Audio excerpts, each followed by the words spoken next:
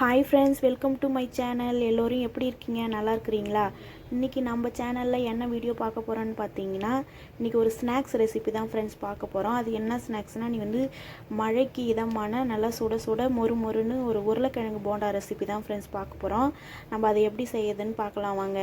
வீடியோக்குள்ளே போகிறதுக்கு முன்னாடி நம்ம ஜெயந்தி சதீஷ் சேனலை சப்ஸ்கிரைப் பண்ணாதவங்களாம் சப்ஸ்கிரைப் பண்ணி வச்சுக்கோங்க. அப்போ தான் நம்ம போடுற வீடியோலாம் உங்களுக்கு நோட்டிஃபிகேஷனாக வரும். எப்படி சமைக்கிறதுன்னு பார்க்கலாம் வாங்க. வீடியோக்குள்ளே போகலாம். நம்ம முதல்ல உருளைக்கிழங்கு மசாலா செஞ்சுக்கலாம் ஃப்ரெண்ட்ஸ். நம்ம மசாலாவுக்கு தேவையான எண்ணெய் ஊற்றிக்கலாம். இப்போ நம்ம அடுப்பு பற்ற வச்சு பாத்திரத்தை வச்சாச்சு. இப்போ வானல் காஞ்சதை நம்ம எண்ணெய் ஊற்றிக்கலாம்.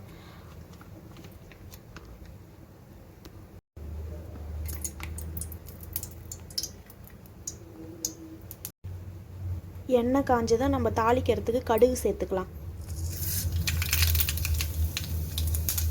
கடுகு நல்லா பொரிஞ்சிருச்சு. இப்போ நம்ம பொடிசாக வெட்டி வச்ச வெங்காயம் சேர்த்துக்கலாம்.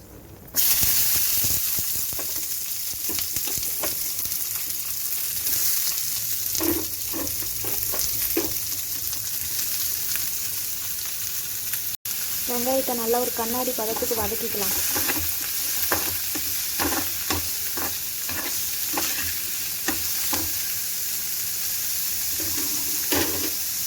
இது கூடவே நான் ஒரு 2 பச்சை மிளகாய் பொடிசாக வெட்டி வச்சுருக்கேன், அதையும் சேர்த்துக்கலாம். 2 கொத்து கருவேப்பிலை சேர்த்துக்கலாம். எல்லாத்தையும் சேர்த்து நல்லா வெங்காயம் நல்லா கண்ணாடி பதம் வர அளவுக்கு நல்லா வதக்கி எடுத்துக்கலாம். நம்ம வெங்காயம் நல்லா வதங்கினதும் பார்க்கலாம்.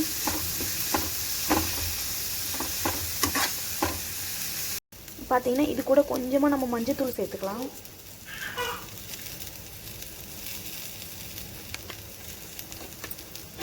மஞ்சத்தூள் சேர்த்து மிக்ஸ் பண்ணி விட்டுக்கலாம்.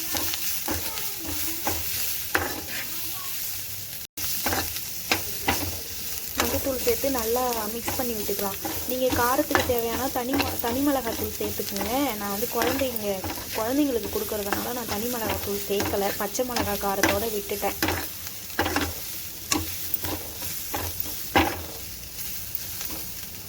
வெங்காயம் நல்லா வதங்கிடுச்சு. இப்போ நம்ம அது கூட நல்லா வேக வச்சு உதிர்த்து வச்சு இருக்கிற உருளைக்கிழங்கு சேர்த்துக்கலாம். நான் ஒரு 2 மீடியம் சைஸ் உருளைக்கிழங்கு எடுத்திருக்கேன். நீங்கள் உங்களுக்கு தேவையான அளவுக்கு நீங்கள் எடுத்துக்கோங்க. இதை நல்லா சேர்த்து மிக்ஸ் பண்ணி விட்டுடலாம். நான் சேர்த்து நல்லா மிக்ஸ் பண்ணிவிட்டு காமிக்கிறேன். பாருங்கள், உருளைக்கிழங்கு மசாலா நல்லா ரெடி ஆகிடுச்சு. இப்போ நம்ம இதில் லாஸ்ட்டாக கொத்தமல்லி தூவி அடுப்பு ஆஃப் பண்ணிடலாம்.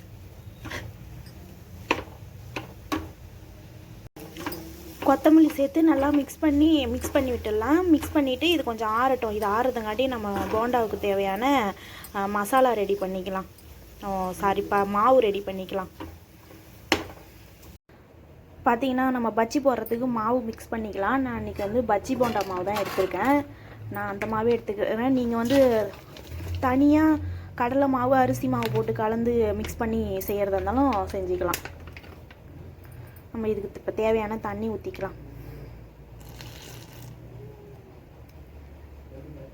தண்ணி நிறைய ஊற்றிடாமல் கொஞ்சம் கொஞ்சமாக ஊற்றி நம்ம மிக்ஸ் பண்ணிக்கலாம்.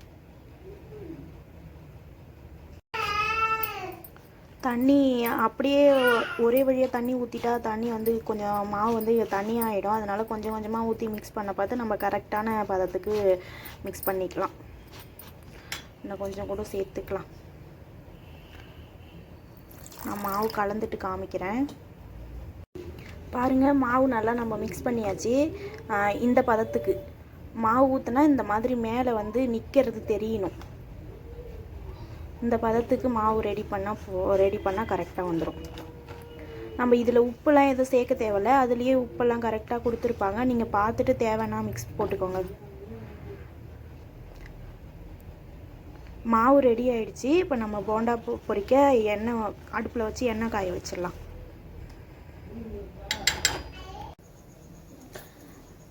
நம்ம உருளைக்கிழங்கு மசாலா ரெடி பண்ணி ஆற வச்சோம் இல்லைங்களா, அதை நம்ம போண்டா செய்கிறதுக்கு நம்ம தேவையான அளவு சைஸுக்கு நம்ம உருண்டை பிடிச்சி வச்சுக்கினாச்சு. இப்போ நம்ம மாவும் ரெடியாக கலக்கி வச்சாச்சுங்க ஃப்ரெண்ட்ஸ். இப்போ வந்து நம்ம வானலில் எண்ணெய் ஊற்றி காய வச்சுட்டு இருக்கிறேன். இப்போ நம்ம எண்ணெய் காஞ்சதும் நம்ம போண்டா போட்டு பொரிக்க ஆரம்பிச்சிடலாம். பார்த்திங்கன்னா எண்ணெய் நல்லா காஞ்சிடுச்சு. எண்ணெய் காயறதுக்கு நான் கொஞ்சமாக மாவு வந்து ஒரு ட்ராப் எடுத்து போட்டு பார்த்தேன். இந்த மாதிரி நல்லா புஷ்ஷுன்னு உப்பி வந்ததும் எண்ணெய் காஞ்சி நல்லா ரெடியாக இருக்குது. நம்ம இப்போ வந்து போண்டா பொரிக்க ரெடி பண்ணிக்கலாம்.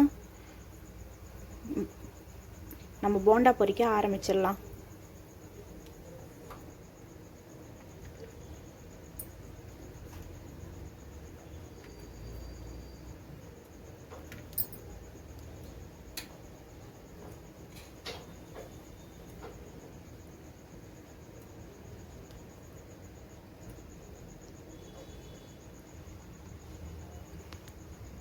போண்டா போட்டுக்கலாம் ஃப்ரெண்ட்ஸ்.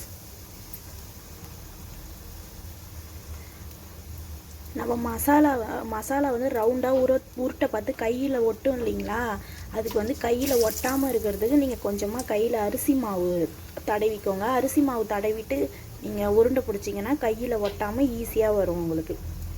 நீங்கள் இந்த மாதிரி ட்ரை பண்ணி பாருங்கள்.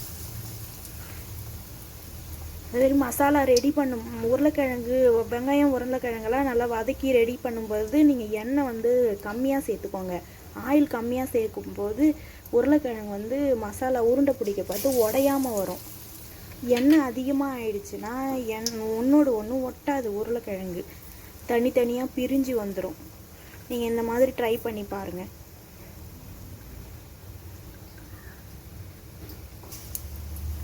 நம்ம மீதம் இருக்கிற போண்டா எல்லாத்தையும் போட்டுட்டு அப்புறமா பார்க்கலாம். போண்டா எல்லாம் போட்டு ஒரு பக்கம் வெந்துடுச்சு. இப்போ நம்ம மறுபக்கம் திருப்பி போட்டு வச்சுருக்கேன்.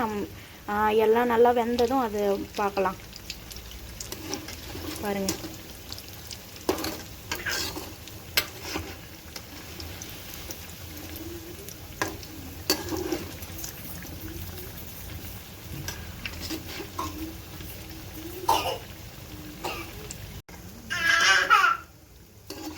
போண்டா நல்லா வெந்துருச்சு. இப்போ நம்ம எடுத்துக்கலாம்.